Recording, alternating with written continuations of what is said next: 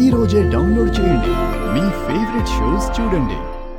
ఈరోజు మనం grilled bell pepper sauce తయారు చేసుకునే విధానం చూడబోతున్నాం. మరి రెడ్ క్యాప్సికమ్ని బెల్ పెప్పర్ అంటారు ఇతర దేశాల్లో. అలాంటి రెడ్ క్యాప్సికమ్ 1, 2 నాటు టమోటాలు, ఒక పెద్ద ఉల్లిపాయ, వెల్లుల్లిపాయ రెబ్బలు 3, నానబెట్టిన జీడిపప్పు ముక్కలు 1 టేబుల్ స్పూన్, పండు మిరపకాయలు 2, జీలకర్ర 1 టీ స్పూన్, మేగడ 1 టేబుల్ స్పూన్, కొత్తిమీర కొద్దిగా. సాస్ ఎట్లా తయారు చేసుకోవాలో చూడబోతున్నాం. ముందుగా పొయ్యి వెలిగించేసి అందులో కొద్దిగా మేగడ వేసేసేయాలి. ముందు మేగడ కొద్దిగా కరిగిన తర్వాత ఇందులో మనం జీలకర్ర 1 టీ స్పూన్ తీసుకున్నాక జీలకర్ర, 3 వెల్లుల్లిపాయ రెబ్బలు, పండు మిరపకాయలు 2 తీసుకున్నాం, వాటిని ముక్కలు చేసేద్దాం. ఇంకా ఇవి మేగడలో మెల్లగా వేగుతుంటాయి. ఈ లోపు మనం కట్ చేసేసుకుని డైరెక్ట్గా గ్రిల్ ప్యాన్లోనే వీటన్నిటిని ఒక్కొక్కదాన్ని వేసేస్తూ ఉండాలి. పెద్ద ఉల్లిపాయని ఇట్లా 4 ముక్కలుగా కట్ చేసేసి ఏ రేకు ఆ రేకు అట్లా తీసేస్తే చాలా బాగుంటుంది అనమాట. తక్కువ టైంలో మగ్గేసరికి మంచి రుచి వచ్చేస్తుంది. మేగడ వేసినప్పుడు మంట హైలో పెడితే మాడిపోతుంటుంది తాలింపు, అందుకని మెల్లగా ఇవన్నీ కట్ చేసుకోవాలి. కాబట్టి ఇట్లా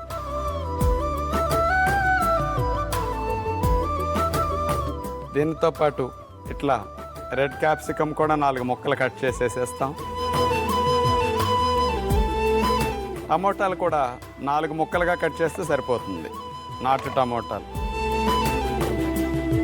దీంతో పాటు కాడలు బాగుంటాయి, కొత్తిమీర ముఖ్యంగా, అంటే స్మెల్ ఎక్కువ ఉంటుంది ఆకు కంటే కూడా కాడ అయితే, అందుకని ఇక్కడ దాన్ని తీసుకుని మనం ఇక్కడ వేసేస్తున్నాం అనమాట. దీంతో పాటు నానబెట్టిన టేబుల్ స్పూన్ జీడిపప్పులు, ఇవన్నిటినీ మూత పెట్టేసేసి సిమ్లో మగ్గనివ్వాలి. వీటన్నిటిని గ్రిల్ ప్యాన్ మీద బాగా రోస్ట్ చేయాలి. అప్పుడే కదా పచ్చివాసన పోతుంది, సాస్ కమ్మగా ఉంటుందన్నమాట. ఇవన్నీ మగ్గినట్టు కమ్మటి వాసన వస్తున్నాయి గ్రిల్ ప్యాన్లో. మూత ఒకసారి తీసేసి స్టవ్ ఒకసారి ఆపేసేసుకుని శుభ్రంగా మనం కొద్దిగా చల్లారనివ్వాలి. బాగా రోస్ట్ చేస్తున్నాం కదా, అందుకని ఘాటుగా ఉంటుంది. చల్లారిన తర్వాత మిక్సీ జార్లో వేసుకుని గ్రైండ్ చేసుకుంటే సాస్ సిద్ధమైపోతుంది. ఇక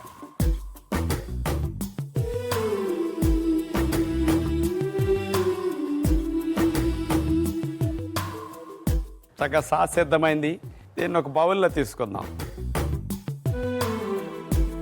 చూసారు కదా, గ్రిల్డ్ బెల్ పెప్పర్ సాస్. మంచి రెస్టారెంట్లకు వెళ్ళినప్పుడు ఇలాంటి సాసులు పెట్టి ఎక్కువ డబ్బులు మన దగ్గర తీసుకుంటారు కదా. మనం ఇంట్లోనే ఆయిల్ లేకుండా, సాల్ట్ లేకుండా కూడా టేస్టీ బెల్ పెప్పర్ సాస్ని ఇలా తయారు చేసుకోవచ్చు. మరి మీ పిల్లలకి ఇట్లాంటి హోమ్ మేడ్ సాసులు పెడితే వీటి వల్ల నష్టం ఉండదు. బయట సాసుల్లోనంటారా కలర్స్, ఫ్లేవర్స్, ప్రిజర్వేటివ్స్ లాంటివి కలిపి గుడ్ బ్యాక్టీరియాలు చచ్చిపోయి బ్యాడ్ బ్యాక్టీరియాలు పెరిగేటట్టు అవి చేసే విధంగా తయారవుతాయి. కాబట్టి హోమ్ మేడ్ సాసులు అయితే హెల్దీ, కాబట్టి ఇట్లా చేసుకుంటే బాగుంటుంది. డాక్టర్ గారు, మరి ప్రకృతి వైద్య విధానంలో రకరకాల నొప్పులకి ఆక్యుప్రెషర్ ఉపయోగిస్తూ ఉంటారు కదా, మెడ నొప్పికి ఆక్యుప్రెషర్ ఎలా ఉపయోగిస్తారో ఒకసారి చూపిస్తారా? మీలో చాలా మందికి అనిపిస్తుంది, ఏమండి ఇక్కడ నొక్కితే అక్కడ నొప్పి ఎట్టా తగ్గుతుంది కదా అని. ఒక్కోసారి చూడండి, ఇక్కడ ఇట్లా కొడితే ఎక్కడ కొట్టినా ఉండదు, కానీ అక్కడ కొడితే షాక్ కొట్టినట్టే ఉంటుంది.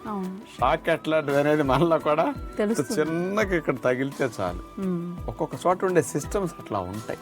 అందుకని నెక్ పెయిన్తో బాధపడే వారికి ఈ బొటన వేలు పై భాగంలో, ఈ భాగంలో ఇట్లా ప్రెస్ చేయటం వల్ల, ఇట్లా ఈ చేయబెట్టి ఇట్లా ఆక్యుప్రెషర్ ఇట్లా స్టిమ్యులేట్ చేయటం, ఈ భాగాల్లో నొక్కటం.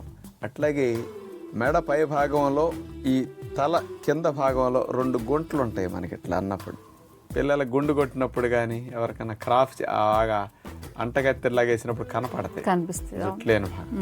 ఆ భాగంలో వేళ్ళు పెట్టి అట్లా ప్రెస్ చేయాలి.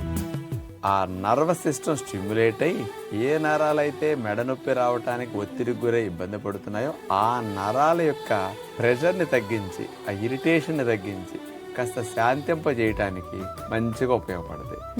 ఇక్కడ ప్రెస్ చేయడం ద్వారా బ్రెయిన్ కూడా ఆ పెయిన్ ని తక్కువ క్యారీ చేయడానికి ఈ ప్రెషర్ పాయింట్ స్టిమ్యులేషన్ ఉపయోగపడుతుంది.